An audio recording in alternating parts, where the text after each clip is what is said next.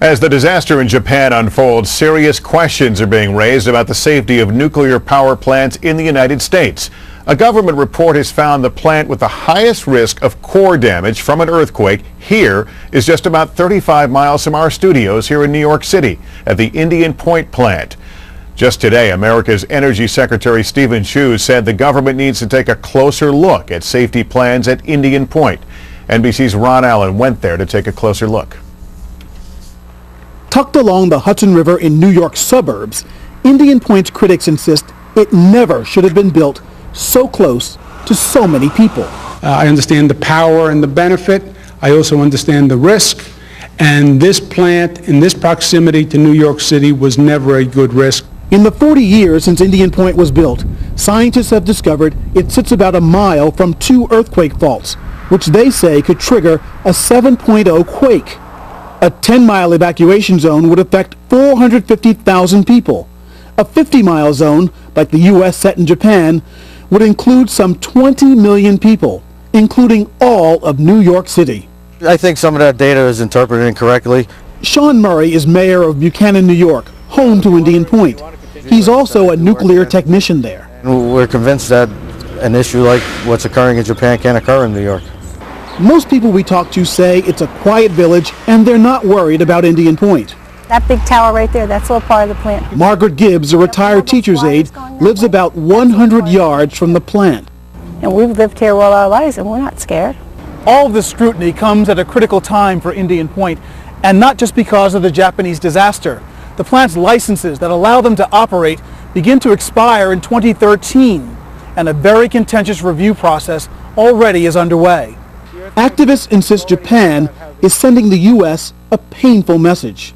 In Japan, before March 11th, people said we'll never have a 9.0. We need to do better than that. We have a wake-up call here. Indian Point's operators insist it's safe, well protected from even a terrorist attack, and built to sustain the strongest earthquake anticipated for the area. Despite all of that, opponents say nature's unpredictability makes a nuclear plant here just not worth the risk. Ron Allen, NBC News, Buchanan, New York.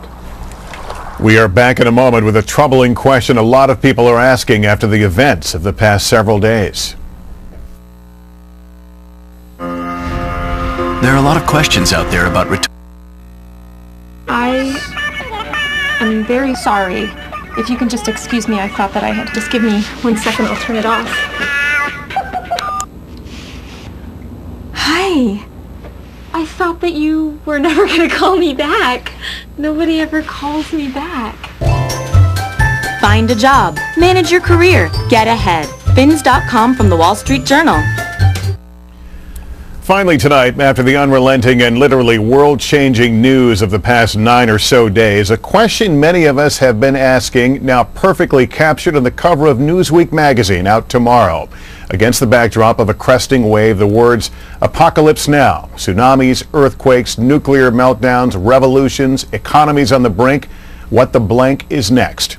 We wish we could tell you, but we can tell you this. Whatever it may be, we'll be covering it on multiple fronts, as we did again tonight. But as we leave you on this first day of spring, we wanted to lighten things up and look up at the sky last night. Did you see it? We're talking about the promised super-sized moon. Here it is, rising near the Lincoln Memorial, bigger and brighter than it's been in 18 years because it was closer to Earth, all part of the cycle of our universe, one of Mother Nature's most spectacular performances worth taking a special look at, perhaps during what may also be some of the darkest days around the world. That's NBC Nightly News for this Sunday. Stay tuned for a special edition of Dateline. Brian Williams will be here tomorrow. I'm Lester Holt reporting from New York. For all of us here at NBC News, good night.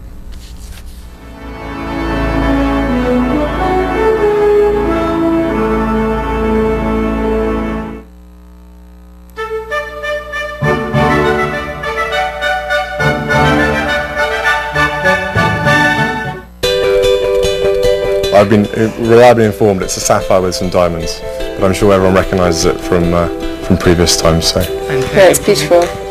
Last fall, with that special ring, Prince William of Wales asked Catherine Middleton for her hand in marriage.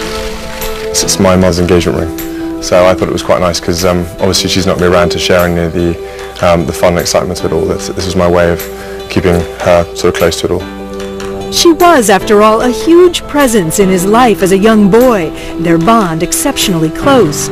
And as Prince William and Kate prepare for their big day, we can't help but remember shy Diana Spencer and her storied engagement to Prince Charles. July 29, 1981, a day of royal carriages, silk taffeta dresses, and diamond tiaras. Hard to remember now, maybe, but in that moment, it seemed like the perfect storybook romance. Something like you dream about, and it was all there in reality. All the pomp, all the pageantry, it had everything. Here is the stuff of which fairy tales are made. Tonight, Dateline takes a step back in time to the last wedding of the century. I, Charles Philip Arthur George. After all this time, new behind-the-scenes details from the people who made the fantasy a reality, including a designer of that sumptuous dress with the 25-foot train.